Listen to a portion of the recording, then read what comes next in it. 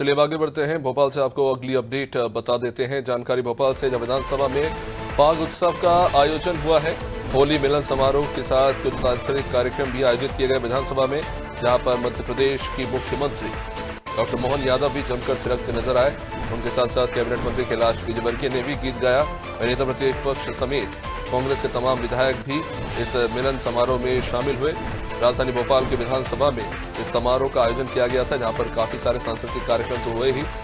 कांग्रेस और बीजेपी के तमाम विधायक और नेता यहां पर मिलन समारोह में शामिल हुए। ये तस्वीरें आपको दिखा रहे हैं।